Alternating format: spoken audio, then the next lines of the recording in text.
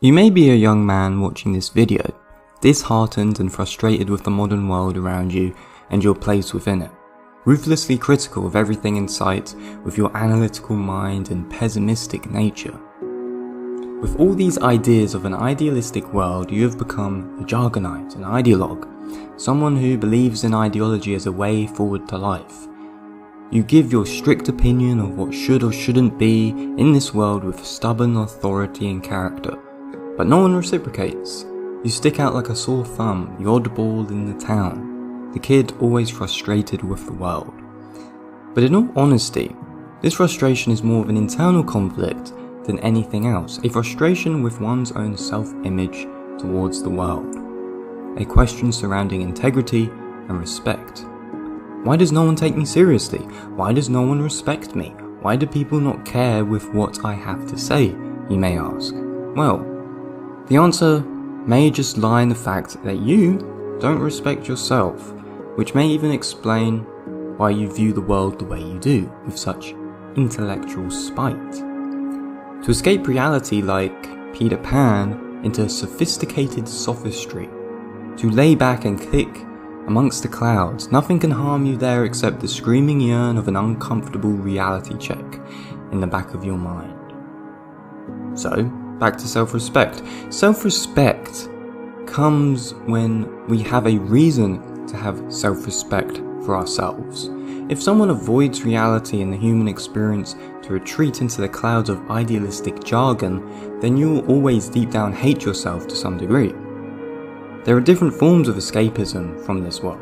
Some may go to drugs, books, ideologies, porn, video games, different forms of addiction that stimulate us away from the real world, that glaze over what is actually real for us.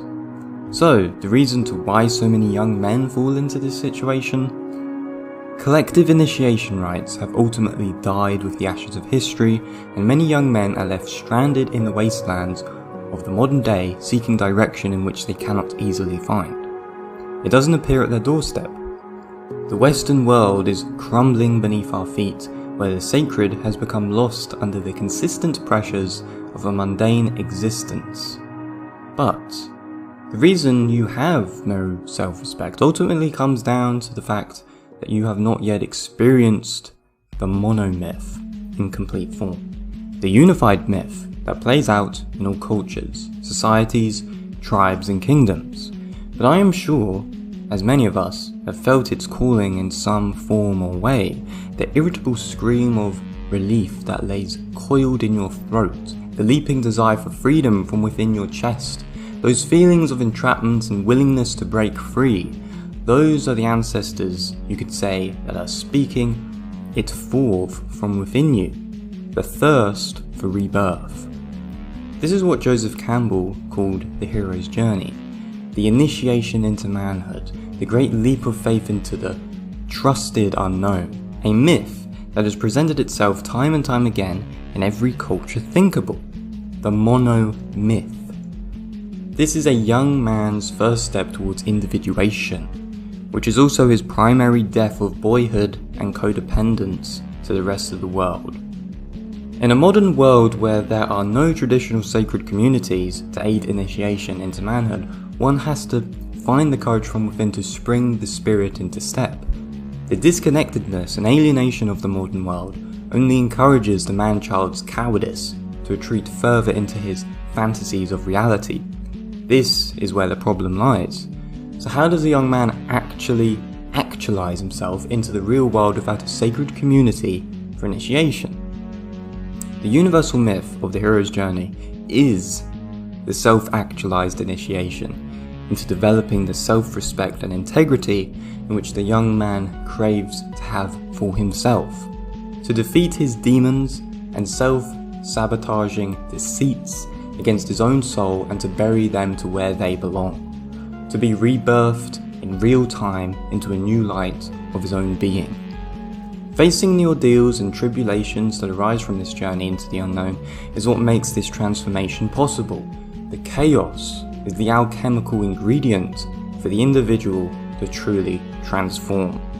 The chaos of tribulation and ordeal is that which brings us back to our primordial soup, which in turn reignites the creation myth, so that a new individual can be resurrected from the death of our past selves into a new awareness of our true potential and capabilities. Eliade puts it, quote, "It is primarily these ordeals that constitute the religious experience of initiation, the encounter with the sacred. The unknown is itself the sacred, the transformative substance. Ancestral activation, or more commonly known as epigenetics, proves this also. This is the activation of unconscious mechanics that you have genetically inherited, which bring new life into your personal experience via activation. This is only achieved by taking up the path of the monomyth, the hero's journey, that the cave you fear to enter holds all the treasures that you seek."